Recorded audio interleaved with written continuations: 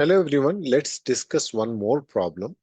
The problem is that sometimes what happens then whenever I create a pod, so pod is accessible on that specific worker node only.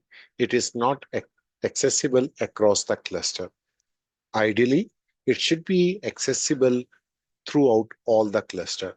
So for example, if I say kubectl get pod minus o void. So here, my web pod, it is running on worker 1. Now, if I say curl and I'm on master node and this IP address, here I'm able to access. But if you are not able to access it on the master node, then there is a problem for the network interface. So there is a CNI, which is the container network interface. So if I say kubectl get namespace, so here you can see there is a namespace for my CNI, which is kube flannel, right? So I'll say kubectl and get pods under the namespace, which is kube flannel. So these are the daemon sets. You see, these are the daemon set, right? And now there is some problem in this in these containers or pods, right? So how to fix this issue? For that, basically what you need to do, this is available on my 0702 pods and 08 fixed flannel issue. So the issue is, now what is the problem? Pod on worker 2 is not reachable from the other nodes. Okay, so it means we are having something called overlay traffic issue. How to fix this?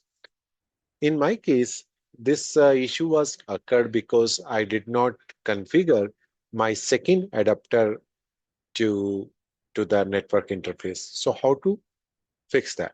So one way is that you can go to a file, which is the configuration file, flannel configuration file, and you can update with the iFace. You just need to add iFace, and that will update the issue.